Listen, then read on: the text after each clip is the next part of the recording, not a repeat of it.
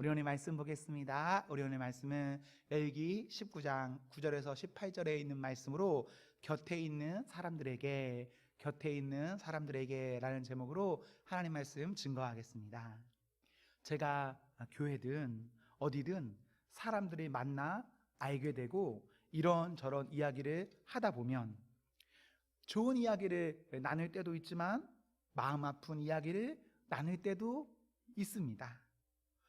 마음 아픈 이야기는 대부분요 관계 이야기를 하곤 합니다. 친구, 남편, 아내, 자녀, 부모, 가족, 선생님, 동료, 교회 등. 아마 여러분도요 여러분의 어떤 마음 아픈 이야기를 나눈다면 그것은 관계 때문에 나눌 가능성이 매우 높습니다. 그런데 이런 관계의 문제가 안타까운 것은 우리의 어떠한 아픔, 어려움이 주로 가까운 사람들을 통해서 온다는 것입니다. 멀리 있는 사람, 나와 상관이 없는 사람, 그런 사람과의 어떤 일은 사실 이것은 아무것도 아닙니다.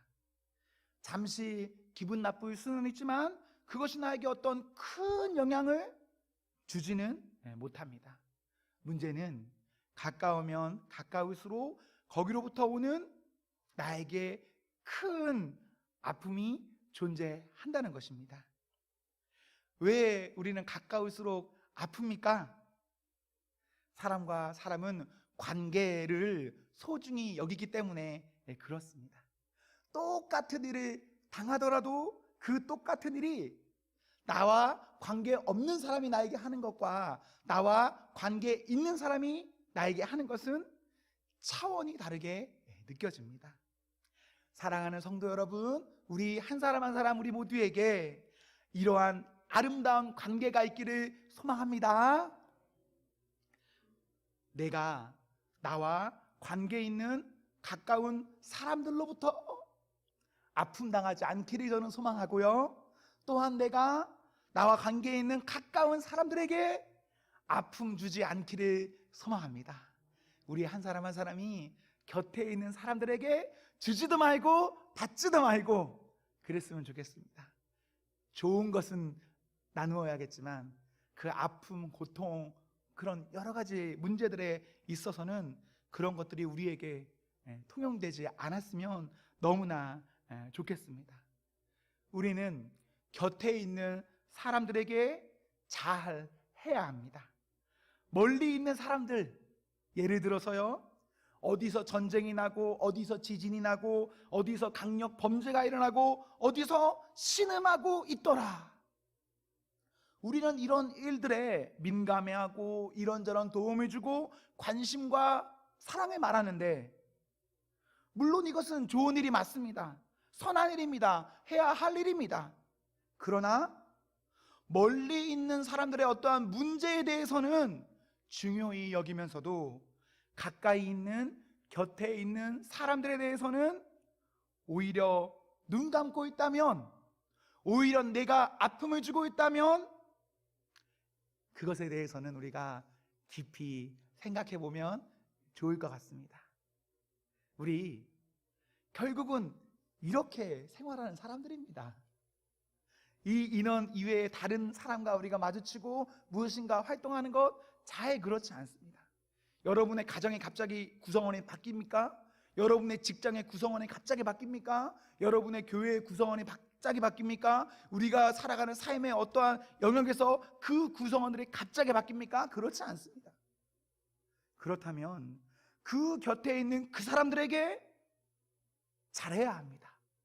만약 우리가 그러지 못하고 있다면 여러분, 우리가 돌이킬 수 있기를 소망합니다. 우리의 가정이, 우리의 교회, 우리 목장이, 우리의 일터가, 우리가 매일 만나 관계하는 사람들에게서 우리의 관계의 좋음이 일어나기를 소망합니다. 관계가 안 좋으면요, 가고 싶습니까? 가기 싫어요. 교회, 사실 우리 교회 하나님 보러 온다라고 말은 하지만 교회에서 관계가 안 좋으면 교회 오고 싶습니까? 아니요. 직장도 마찬가지 아닙니까? 직장. 우리가 돈 벌려고 어쩔 수 없이 가는 거지. 진짜 관계가 안 좋으면 직장 끔찍한 곳입니다.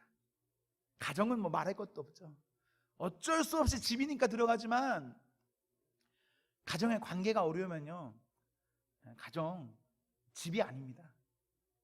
우리가 속한 모든 곳에서 관계의 아픔, 깨어짐이 있는 것 아니라 좋음이 있어서 어디든지 가볍고 즐거운 마음으로 한 걸음 한 걸음 잘 내디딜 수 있는 복, 그 복이 저희에게 있었으면 참 좋겠습니다. 우리 교회가요, 정말 좋은 교회가 된다면 그 좋은 교회는요, 내 곁에 있는 이 사람들에게 잘하는 교회입니다. 사도행전 2장 44절이나 45절 그냥 눈으로 보시면 됩니다. 그리고 4장 32절, 그리고 6장 1절에 보시면요, 믿는 사람들은 믿는 사람들끼리 그 공동체 안에서 먼저 서로 잘했습니다. 믿는 사람들이 밖에서 잘했더라 그러지 않았어요. 믿는 사람들은 기본적으로 믿는 공동체 안에서 잘했습니다. 그러니 그때 어떤 일이 벌어졌냐? 여기서 잘하니까요, 여기서 잘하니까 복음이 확장됩니다. 당연한 결과 아니겠습니까? 사람은요, 좋으면 좋은 곳에 갑니다. 그것이 교회든 어디든 좋으면 믿음이고 뭐고 없어도 좋으면 가요. 우리 교회, 우리 직장, 우리 가정, 우리가 속해 있는 어느 곳이든 그것이 좋은 곳 되지 않습니까? 그곳 부흥할 수밖에 없습니다. 왜? 좋은 곳이니까. 저도 가고 싶으니까 그런 곳은. 오늘 본문은 곁에 있는 사람들에 대한 본문입니다. 본문의 이들은 멀리 있는 나와 상관없는 사람들에 대한 것이 아닙니다. 내 곁에 있는 나와 가까운 내 이웃에 관한 말씀이구나 라는 생각을 가지고 이 말씀을 보시면 훨씬 부드럽게 보실 수 있습니다.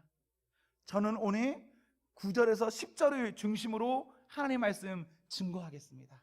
11절부터 18절까지 할 수도 있는데 일단 시간이 안 될 것 같습니다. 그래서 시간에 봐가면서 우선은 그 앞쪽에 있는 것을 먼저 다루도록 하겠습니다. 9절에서 10절까지를 보시면 왜 추수 때 밭 모퉁이까지 포도원의 열매를 다 거두어서는 안 됩니까? 왜 떨어진 이삭 열매는 줍지 않아야 합니까? 우리의 생각에는 싹 긁어서 담아야 될 것 같습니다. 거두다가 떨어진 것이 있으면 당연히 주어서 담아야죠. 제 생각은 그렇습니다. 그러나 하나님의 말씀은 아니라 하십니다. 왜 그렇습니까? 10절 후반절에 보시면 가난한 사람, 거류민을 위해서 그렇습니다. 거류민은 외국인이나 나그네를 말하는 것입니다. 내가 왜 그것을 남겨야 하느냐? 내 곁에 있는 어떤 사람들의 필요를 내가 남겨둠으로 인해서 그 사람에게 공급해 주기 위해서 그렇게 남기는 것입니다. 우리 곁에 있는 그 어느 사람, 그 사람이 정확히 어떤 사람인지 우리는 다 모릅니다. 그러나 우리가 고의적으로 흘려놓는다면 우리가 다 알지 못하는 어떤 사람들이 그곳에 와서 그곳에서 거저먹는 것이 아닙니다.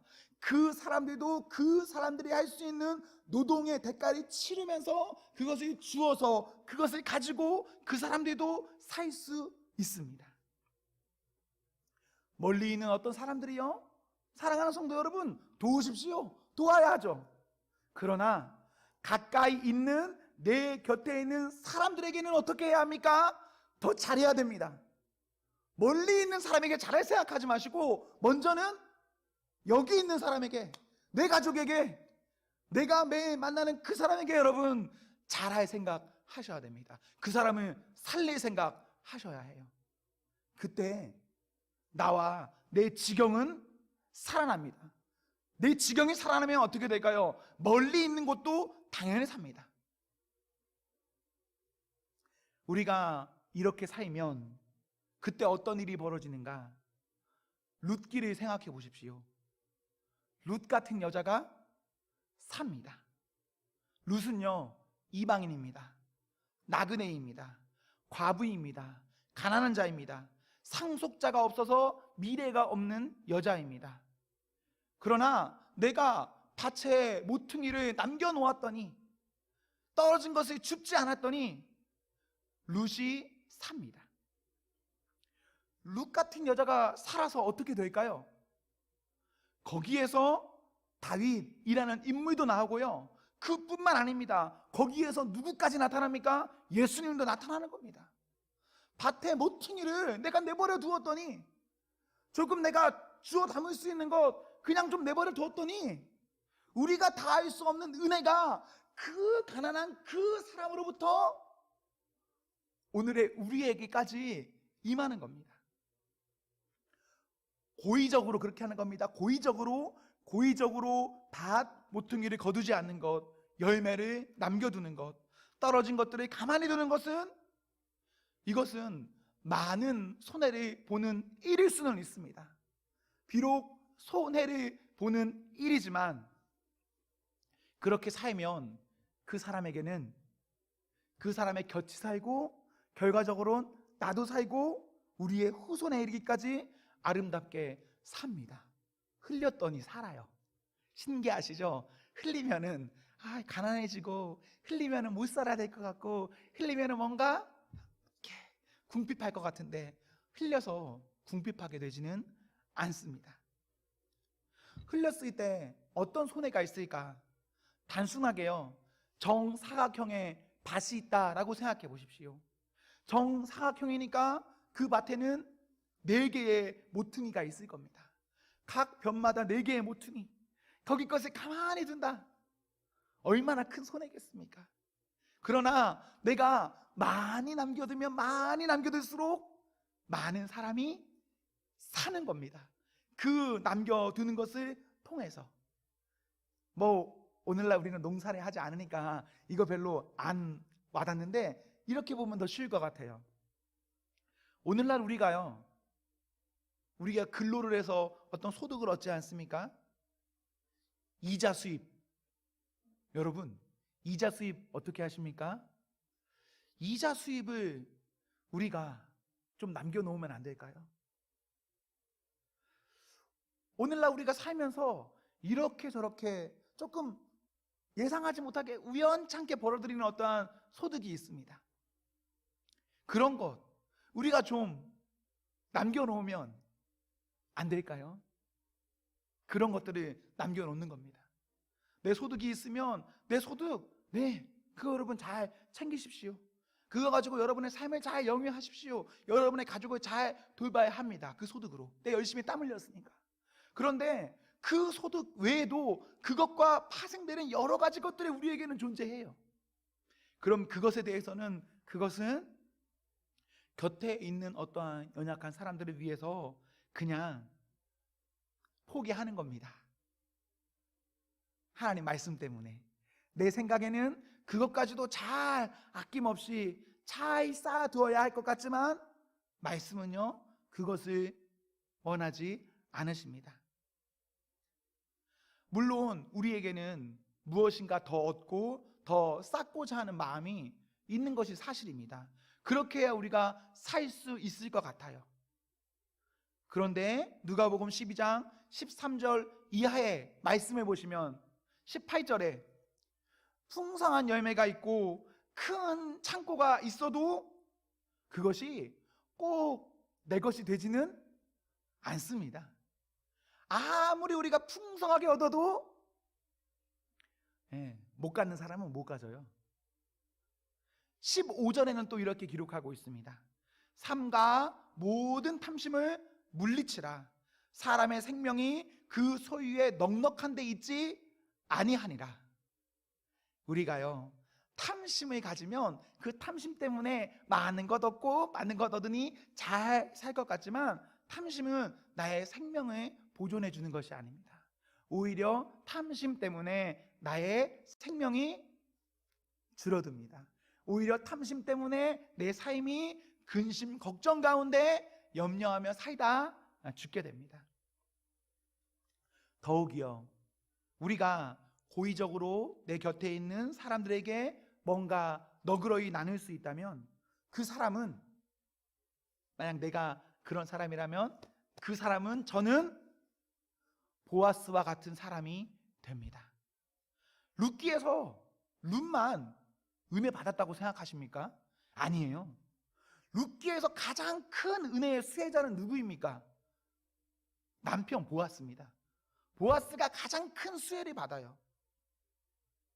보아스는 그 밭의 주인으로서 룻을 보살핀 사람입니다. 그래서 룻에게 뭔가 계속 공급해 주죠. 그에게는 어떤 은혜가 있었는가? 룻기 4장 12절에 보시면 보아스에게는 원래 아들이 없어요. 상속자가 없습니다. 미래가 없는 남자예요. 그 사람에게도 부자긴 하지만 미래는 없는 거예요. 하지만 하나님께서 그 사람에게 곁에 있는 이웃을 돌보니 하나님께서는 그 사람을 돌보셨습니다. 그래서 룻기를 보면 룻도 볼 필요가 있지만 보아스도 볼 필요가 있어요.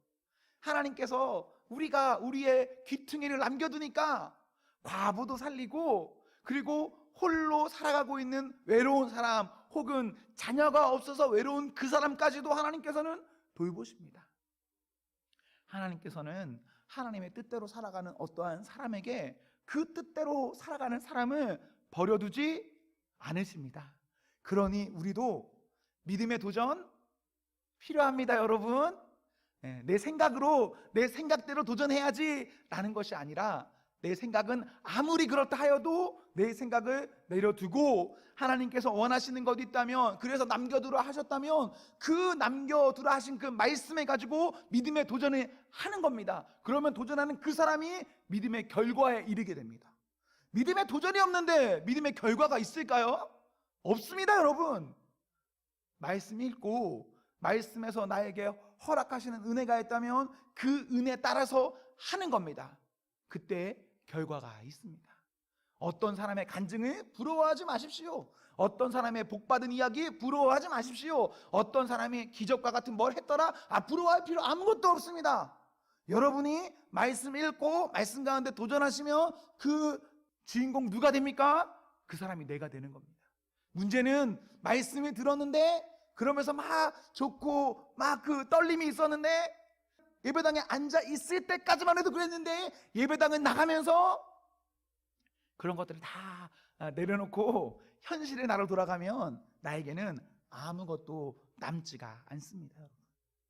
그런 점에서 우리에게 어떠한 말씀이 들어오고 있다면 그 말씀 가운데 여러분 살아가셔야 합니다. 오늘 본문에 여러분 헌금 많이 하십시오 이렇게 듣지 마십시오. 여러분, 여러분에게 있는 풍족한 어떤 걸로 생각하시면 좋을 것 같아요. 내가 다른 사람을 위해서 남길 수 있는 모퉁이의 소득은 무엇인가, 모퉁이의 열매는 무엇인가, 이렇게 생각하세요. 그리고 그것을 가지고 나누는 겁니다. 내가 나를 위해서 딱딱 긁어 쓰지 마시고 조금 남겨놓는 거예요. 그러면 그것을 가지고 곁에 있는 사람은 잘 살 수 있습니다. 곁에 있는 사람이 잘 살면 나와 우리 모두는 행복하게 살아갈 수가 있습니다. 지금 10절까지 봤는데요, 11절부터 오늘 18절까지에 있는 말씀을 보시면 이 말씀은 크게는 십계명과 연관해 보시면 좋습니다. 십계명과 떠올리면 잘 맞아 떨어져요. 도둑질하는 것, 거짓말하는 것, 이웃에 대해서 거짓 증거하지 않는 것, 이 모든 것들 멀리 있는 남에게 하는 것이 아닙니다. 이런 거 다 가까운 사람들에게 하는 거예요.